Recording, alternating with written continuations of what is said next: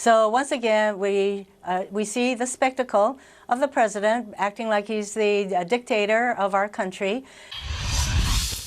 Frantic preparations are now underway for the national 4th of July celebration here in Washington. But this year, President Trump is taking command, and some military leaders are concerned. Let's go back to our White House correspondent, Caitlin Collins. She's got more on the late-breaking developments. What are you hearing, Caitlin? Well, Wolf, tonight White House officials are scrambling to put the final touches on the president's celebration as he is defending this show of firepower while also facing questions about whether or not he's politicizing the military and also how much all of this is going to cost. Armored vehicles rolling into Washington tonight as the city prepares for President Trump's Independence Day extravaganza, which will feature those tanks parked at the Lincoln Memorial, military flyovers, and a VIP section for his political allies. But there are concerns about the price tag.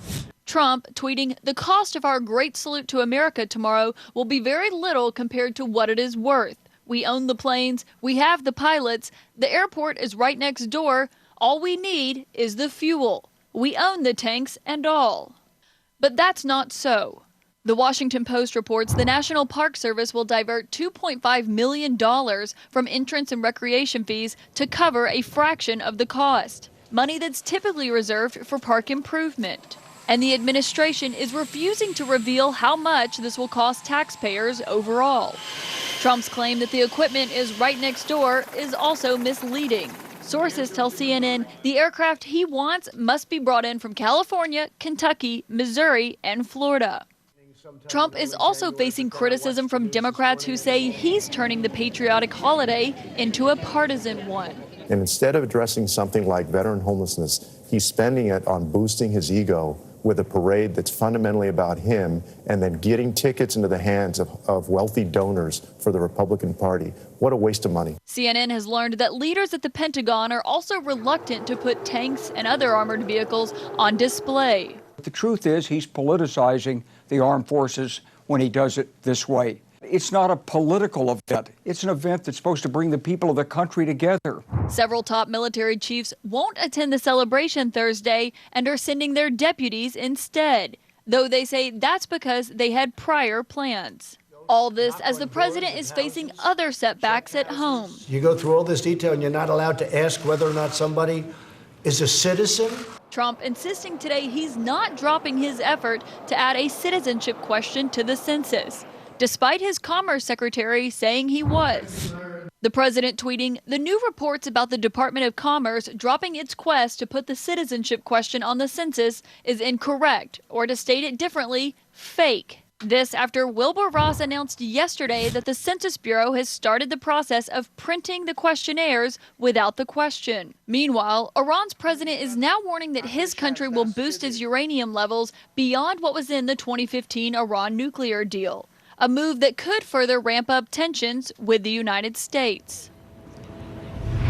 Now, Wolf, we brought you some breaking news yesterday about how the administration was suddenly dropping its effort to add that citizenship question to the census. And now we have got some more breaking news, Wolf, that they are reversing course on that move because a DOJ lawyer told a federal judge in Maryland today that now they have been instructed to try to move forward to find a way to add that citizenship question to the census if it can be in compliance with the Supreme Court's recent decision, which essentially shot down the administration's reasoning for why they needed to add that citizenship question to the census. Now, Wolf, this comes after a tweet from the president this morning where he said that the reports that they were going to drop that effort to put that question on the census were fake, even though his own Commerce Secretary, Wilbur Ross, put out a statement saying that they were not going to be trying to do so anymore, even though they disagreed with the Supreme Court, and that they were going to start printing the 2020 census without that question on it.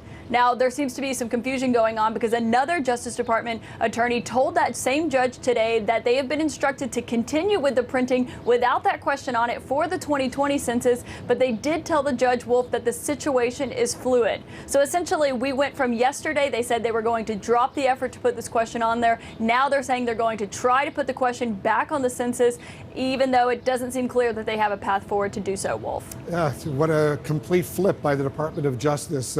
Presumably presumably ordered by the President of the United States. 24 hours. Caitlin Collins, thanks very much for that report. Joining us now, Democratic Senator Mazie Hirono of Hawaii. She's a member of both the Judiciary and the Armed Services Committees.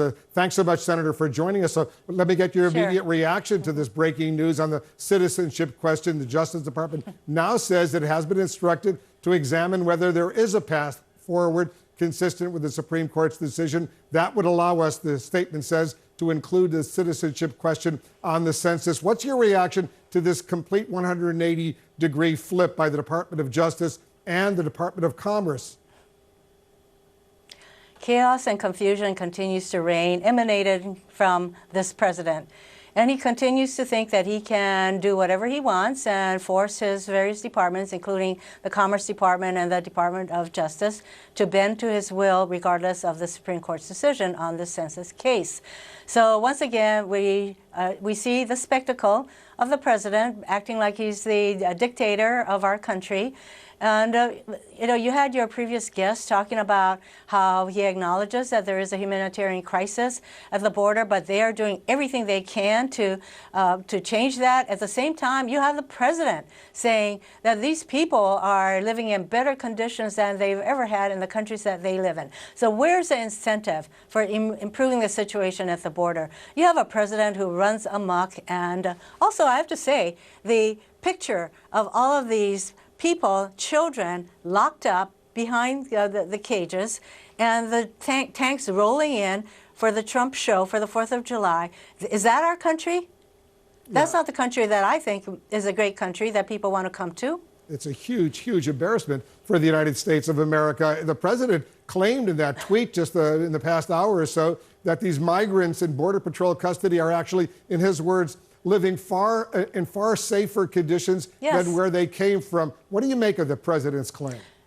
And what is that? And what is that, Wolf, but a signal that why change anything? Why improve their conditions? Why pay any attention to the number of Democratic bills that would improve what's going on in the border, including a bill that I introduced that would provide a level of humanitarian assistance to the children in these facilities. So, this is what Trump always does. He really reveals the dark underbelly of our country.